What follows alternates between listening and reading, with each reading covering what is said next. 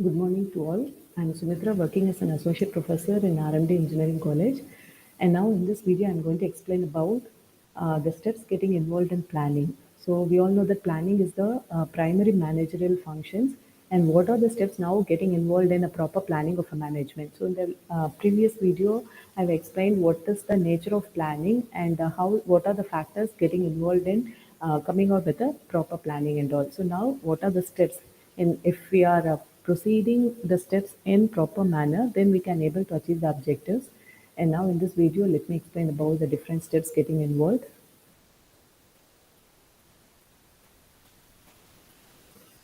So we all know that planning is a process and it contains number of steps within it, and it is not necessary whatever steps that a particular planning process is having is valid for all the organizations or all types of plans, right? So planning process which is suitable for large scale organization may not be suitable for a small scale organization, since various factors getting involved in planning process may differ from plan to plan or from a firm to firm. So the planning process or steps are mostly applicable for major programs. So the first and the primary step getting involved in planning is that identification of opportunities. That is being aware of planning. That is market, competition, customer strength and weakness. So in general, we can say we have to do a SWOT analysis. SWOT is nothing but strength, weakness, opportunities, and threats. So before planning or before taking a decision, we need to do a SWOT analysis, which involves the strength, weakness, opportunities, and the threats. So the first step in planning is the identification of opportunities. So identification of awareness of the opportunities is the starting point of planning. So we should identify all the possible future opportunities and analyze those things in a clear and complete manner.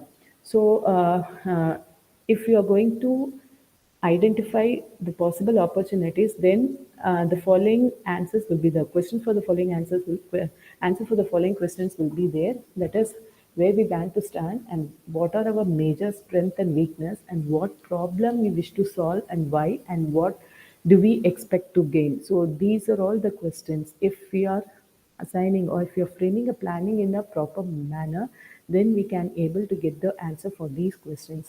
And once the opportunities are perceived from the availability, then the other steps of planning is followed one by one. So establishment, next one is establishment of achievements. So establishment of achievements or the goals.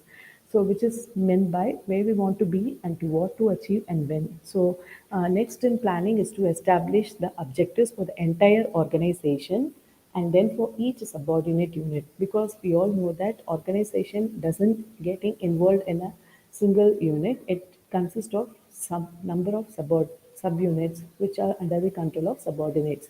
So the next step in planning is to establish the objectives for the entire organization and for also each subordinate unit. So objectives specify and indicate the results, what to be expected. So like what is to be done and where is the primary emphasis to be placed and what is to be accomplished by the various types of plans. Like that, it will be giving the relation.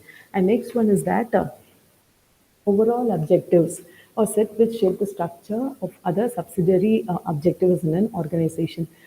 Even though they are getting divided into departmental or sectional or individual objectives, the overall objectives will give a direction to the nature of the plans of the major departments, right? So the first one is identification of the opportunities. After identifying the opportunities, we need to frame the objectives in a well-defined manner so that we need to know where we want to be and what to achieve and when to achieve, right? And next one is developing the planning premises. So that is whether the environment is regarding the internal environment or external environment or whatever scenario our organization is facing, it has to develop a planning premises. So these are the mere assumptions from which we should make about the various elements of the environment. Or in other words, we can say this will provide a basic framework in which the plans are operated. So internal premises includes the organizational. We all know that internal factors which are getting affecting your organizations are nothing but the policies, regulations, and then sale forecast and the ability of the organization. All these are going to get coming under the internal environmental pressure. Whereas the external premises, which includes the factors like the political, economic condition of the country, and then socio-culture, political and legal. So all these factors are going to affect the organization performance in which are lying outside, that is due to external environment factors. So the plans are formulated on the basis of both internal and external premises. So the nature of the planning premises differs at the different levels of planning. At the top level, it is mostly externally focused, whereas it is internally focused at the bottom level. So the first one is we need to identify what are the opportunities and threats available, and based on that, we need to establish the objectives. And after establishing the objectives, we have to plan the premises considering both the internal and external environmental factors. So after identifying, we need to evaluate how the alternatives are achieved.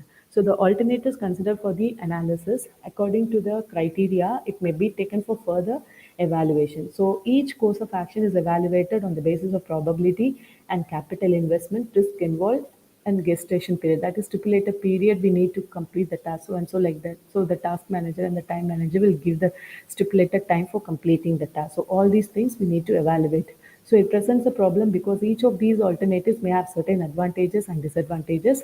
So for example, an alternative may appear to be most profitable, but it is not to be expected in all scenario. So it requires a large cash outlet with slow payback, and other may be less profitable, but it involves less risk factors also. So, in case of evaluating the alternatives, some intangible factors like public relations, goodwill of the company, employee morale, personal relations, these are needed to be considered. So, moreover, there is no certainty about the outcome of the alternative because all these things are getting related with the future, and future is obviously uncertain. So, thus the evaluation work becomes more and more complex. So we need to provide or select a sophisticated technique of planning and decision making such that it will meet the evaluations of the alternatives in all prescribed phenomenon. Then selecting the best course of action. Followed by the evaluating, we need to selecting a best course of action. So after evaluating the various alternatives, the most appropriate course of action is selected. For example, if there exists more than one alternative as a suitable one, then many alternatives may be chosen for execution. When the situation changes and then the selected plan doesn't provide to be the best, the other alternative may be tried. So in this way, we can select a particular course after evaluating the alternative courses if there exists number of suitable course of action for achieving the target. And then formulation of derivative plans. So the derivative plan formulation comes the next step. So these are all formulated on the basis of the major plan. So there are several minor plans required to support and execute the major plan. So these plans are known as the derivative plans. And the various derivative plans are planning for buying, like buying equipment and buying the raw material, and recruiting the staff members and training those members for that particular field, and developing new products also. So these are all coming under the derivative plans. And then establishing a sequence of activative is the next step. So after formulating the basic and the derivative plans, the sequence of activities is to be determined so that the plans are put into action accordingly. So while formulating a derivative plan, a built-in mechanism should be created for periodic review and for updating the various plans wherever it's necessary. So uh, the starting and finishing times are fixed for each task so as to indicate that when and what time the work has to be started and completed. So these are all the various steps getting involved in planning. So in my next video, I'll be explaining about what are the different types of planning available. So thank you all.